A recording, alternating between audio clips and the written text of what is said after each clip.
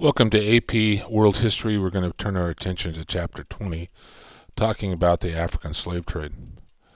Um, Even before Europeans started trading uh, with tribal leaders along the west coast of Africa, the slave trade had existed in the Roman, the Greek, the Persians, Mesopotamia.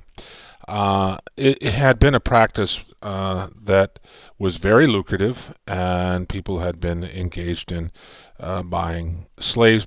Particularly, the Roman Empire had a huge number of slaves from their conquered land, and they also bought African slaves.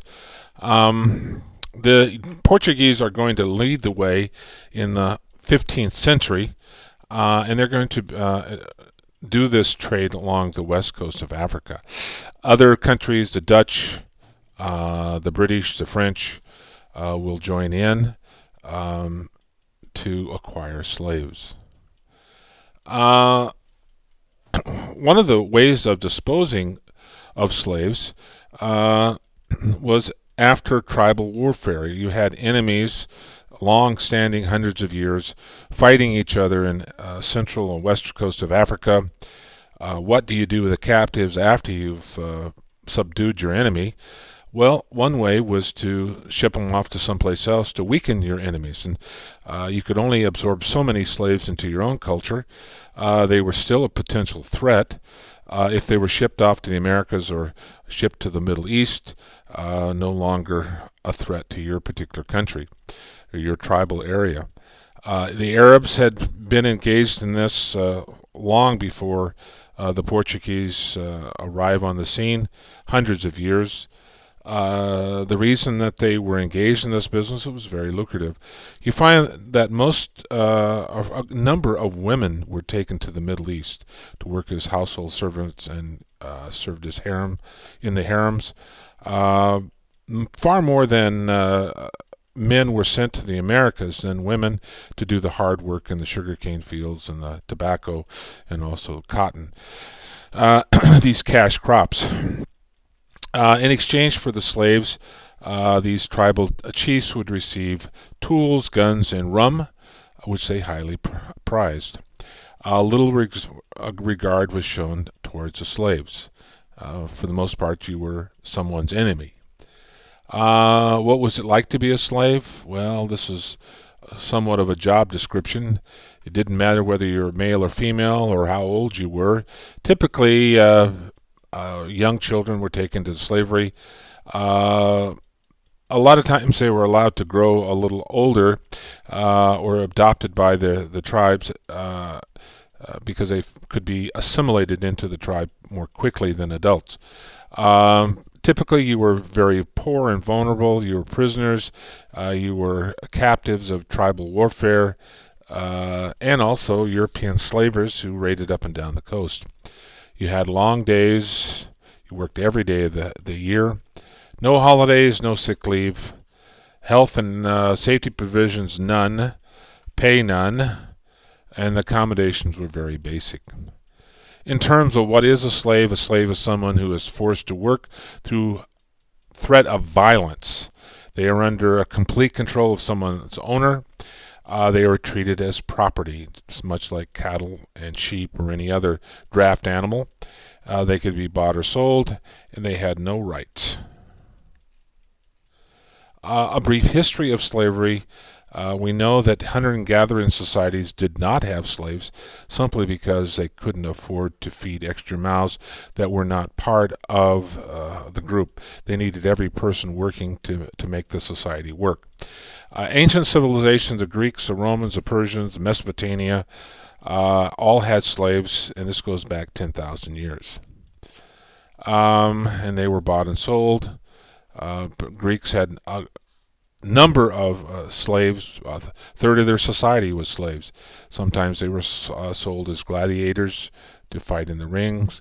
Not only against other men, but wild animals. Medieval Europe, Jewish slave girls being branded in Turkey wasn't uncommon.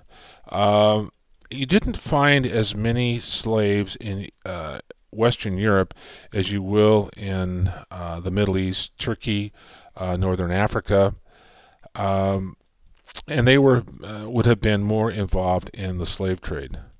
But it wasn't uncommon to have slaves, and certainly the Jewish people had slaves. The Muslims took part in this.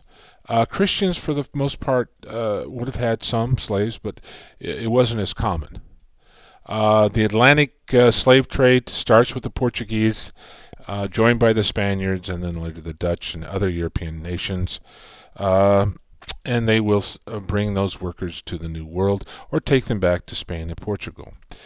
You didn't find much of a population of slaves in Western Europe. There was a growing movement to abolish slavery. The abolitionists in the 1700s or the 18th century. By 1807, the British declared slave trade illegal. You couldn't engage in slave trade, but you could still own slaves within the kingdom. 1808, by the Constitution, one of the agreements that they had worked out with the North, with the South, was that they would end the slave trade 20 years after the adoption of the new Constitution. Eventually, the British will declare slavery illegal and across the empire. The last westernized nation to end slavery is the United States, and this will take place after the Civil War. The Gulf of Guinea was where this blackened area shows where most of the slave trade took place.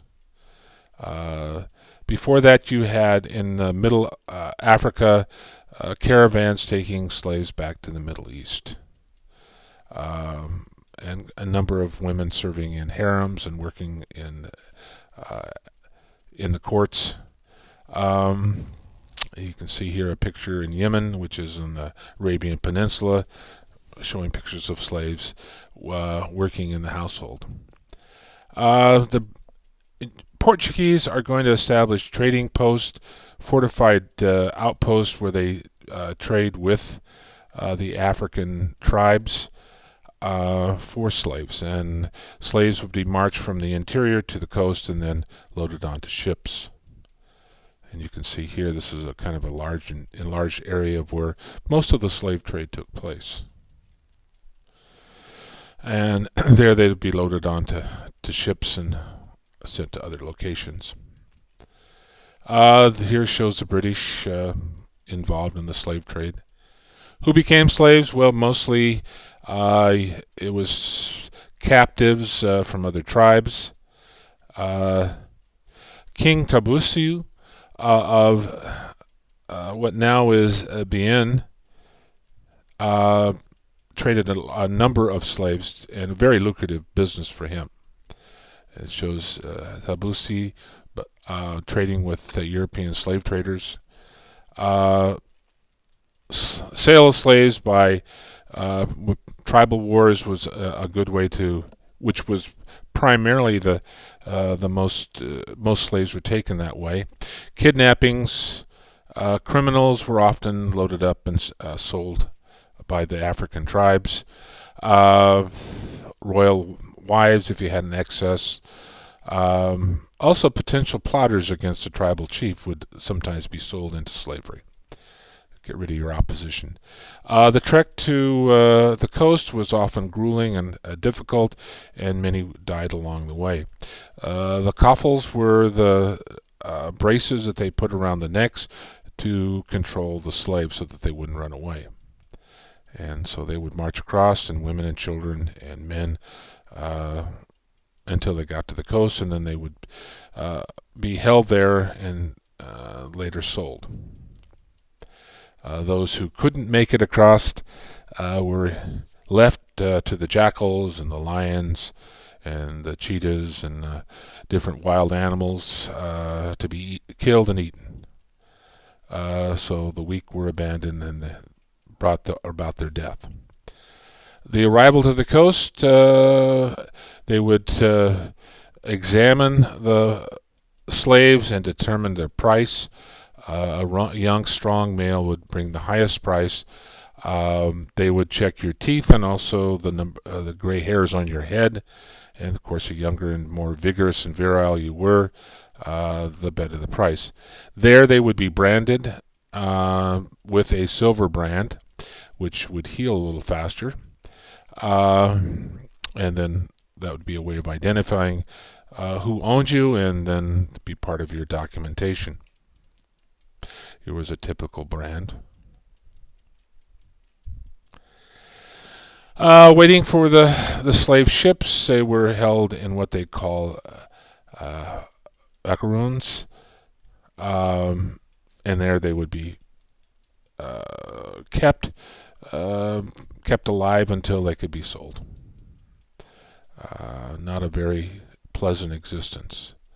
The slave trade in the Congo, which is in the middle part of Africa, they would go use the Congo River, float upstream, paddle upstream, and they would acquire slaves and bring them back to the coast. Cape Coast Castle, West Africa. This is the Portuguese. The West Coast African trade was the center of the slave trade. You had the Portuguese and Dutch being the first Europeans to take advantage of the slave trade, and with the Americas.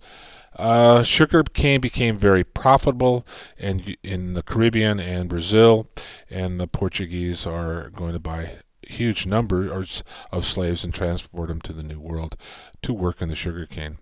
Certainly the Europeans had acquired a taste for sugar. It was a valuable cash crop. A lot of the sugar was turned into molasses, which would be later processed into rum, alcohol. This shows a Portuguese slave trade. So that it wasn't, they were taking him to India for trade, and later they will send them to the Americas. This shows the number of world around the world around 1750. These were some of the possessions. This is the triangular trade will start here, and we'll stop here and pick this up next time.